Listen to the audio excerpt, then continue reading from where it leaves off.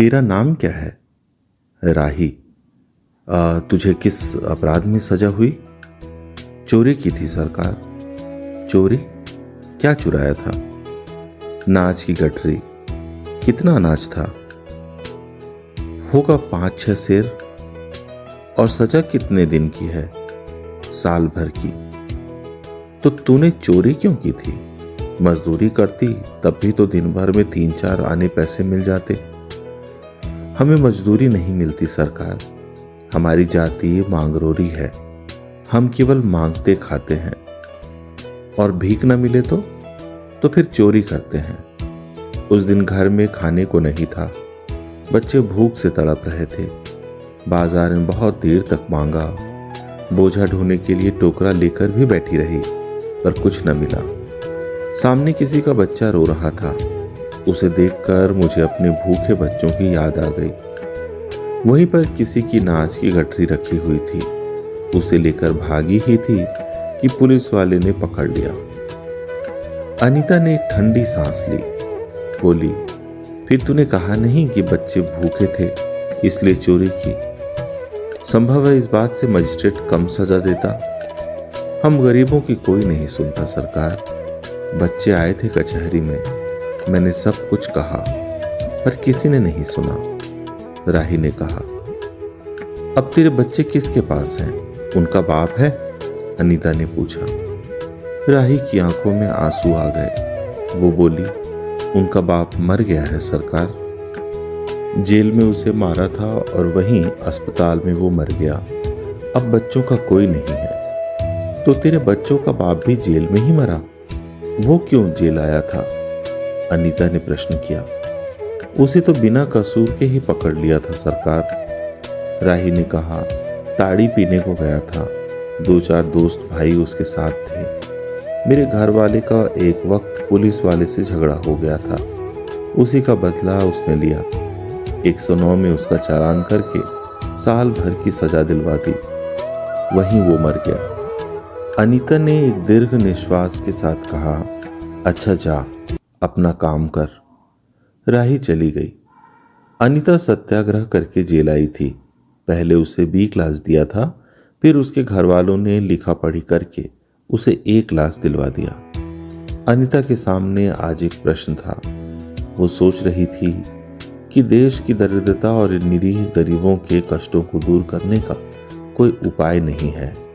हम सभी परमात्मा की संतान हैं, एक ही देश के निवासी।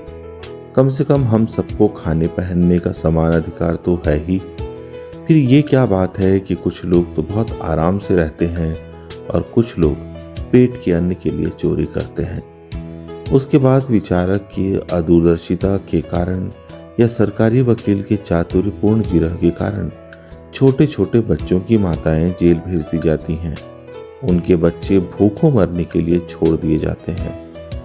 एक और तो ये कैदी है जो जेल आकर सचमुच जेल जीवन के कष्ट उठाती है, और दूसरी ओर है हम लोग जो अपनी देशभक्ति और त्याग का ढिंढोरा पीटते हुए जेल आते हैं। हमें आमतौर से दूसरे कैदियों के मुकाबले में अच्छा बर्ताव मिलता है, फिर भी हमें संतोष नहीं होता। हम जेल आकर A और B क्लास के लिए झगड़ते हैं। जेल आकर ही हम लोग कौन सा बड़ा त्याग कर देते हैं।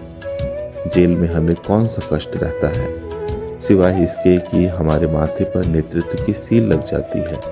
हम बड़े अभिमान से कहते हैं, ये हमारी 4थी जेल यात्रा है, ये हमारी 5वीं जेल यात्रा है, और अपनी जेल यात्रा के किस्से बार बार सुना सुना कर आत्मगौरव अनुभव करते हैं।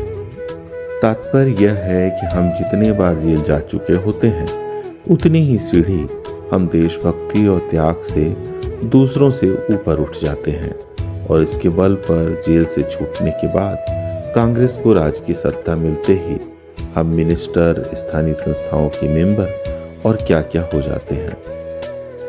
अनीता सोच रही थी, कल तक जो खद्दर भी न पहनते थे, बात बात पर कांग्रेस का मजाक उड़ाते थे, कांग्रेस के हाथों में थोड़ी शक्ति आते ही वे कांग्रेस भक्त बन गए, खद्दर पहनने लगे, यहाँ तक कि जेल में भी दिखाई पड़ने लगे।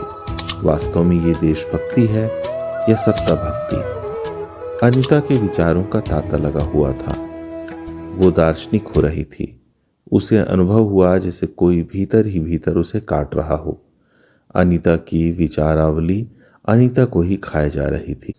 उसे बार बार यह लग रहा था कि उसकी देशभक्ति सच्ची देशभक्ति नहीं वरन मजाक है। उसे आत्मग्लानि हुई और साथ ही साथ आत्मानुभूति भी। अनीता की आत्मा बोल उठी, वास्तव में सच्ची देशभक्ति तो इन गरीबों के कष्ट निवारण में है। ये कोई दूसरे नहीं, हमारी ही भारत माता की संतानें हैं। इन हजारों लाखों भूखे नंगे भाई बहनों की यदि हम कुछ भी सेवा कर सकें, थोड़ा भी कष्ट निवारण कर सकें, तो सचमुच हमने अपने देश की कुछ सेवा की। हमारा वास्तविक देश तो देहातों में ही है। किसानों की दुर्दशा से हम सभी थोड़े बहुत परिचित हैं, पर इन गरीबों के पास न घर है न द्वार। अशिक्षा और अज्ञान का इतना गहरा पर्दा इनकी आंखों पर है कि होश संभालते ही माता पुत्री को और सास बहू को चोरी की शिक्षा देती है, और उनका ये विश्वास है कि चोरी करना और भीख मांगना ही उनका काम है। इससे अच्छा जीवन बिताने की वो कल्पना भी नहीं कर सकते। आज यहाँ डेरा डाल के रहे तो कल दूसरी जगह चोरी की, बचे तो बचे, नहीं तो फिर साल 2 साल के लिए जेल। क्या मानव जीवन का यही लक्ष्य है? लक्ष्य है भी अथवा नहीं? यदि नहीं है तो विचारादर्श की उच्च सतह पर टिके हुए हमारे जननायकों और युग पुरुषों की हमें क्या आवश्यकता? इतिहास, धर्म, दर्शन, ज्ञान, विज्ञान का कोई अर्थ नहीं होता, पर जीवन का लक्ष्य है, अवश्य है। संसार की मृग मरीचिका में हम लक्ष्य को भूल जाते हैं। सतह के ऊपर तक पहुंच पाने वाले कुछ एक महान आत्माओं को छोड़कर सारा जन समुदाय संसार में अपने को खोया हुआ पाता है। कर्तव्य अकर्तव्य का उसे ध्यान नहीं है, सत्य सत्य की समझ नहीं, अन्यथा मानवीयता से बढ़कर कौन सा मानव धर्म है? पतित मानवता को जीवन दान देने की अपेक्षा भी कोई महत्वपूर्ण है? राही जैसी भोली भाली किंतु गुमराह आत्माओं के कल्याण की साधना जीवन की साधना होनी चाहिए। सत्याग्रही की ये प्रथम प्रतिज्ञा क्यों न हो? देशभक्ति का यही मापदंड क्यों न बने? अनीता दिन भर इन्हीं विचारों में डूबी रही। शाम को भी वो इसी प्रकार कुछ सोचते सोचते सो गई। रात में उसने सपना देखा कि जेल से छूटकर वो इन्हीं मांगरोरी लोगों के गांव में पहुंच गई है। वहां उसने एक छोटा सा आश्रम खोल दिया है। उसी आश्रम में एक तरफ छोटे छोटे बच्चे पढ़ते हैं और स्त्रियां सूत काटती हैं, दूसरी तरफ मर्द कपड़ा बुनते हैं और रुई धुनकते हैं। शाम को रोज उन्हें धार्मिक पुस्तकें पढ़कर सुनाई जाती हैं और देश में कहाँ क्या हो रहा है ये सरल भाषा में समझाया जाता है। वही भीख मांगने और चोरी करने वाले आदर्श ग्रामवासी हो चले हैं। रहने के लिए उन्होंने छोटे छोटे घर बना लिए हैं। राही के अनाथ बच्चों को अनीता अपने साथ रखने लगी है। अनीता यही सुख स्वप्न देख रही थी। रात में वो देर से सोई थी। सुबह 7 बजे उसकी नींद न खुल पाई। अचानक स्त्री जेलर ने आकर उसे जगा दिया और बोली, आप घर जाने के लिए तैयार हो जाइए। आपके पिता बीमार हैं, आप बिना शर्त छोड़ी जा रही हैं। अनीता अपने स्वप्न को सच्चाई में परिवर्तित करने की एक मधुर कल्पना लेकर घर चली गई। आप सुन रहे थे सुभद्रा कुमारी चौहान की लिखी कहानी राही।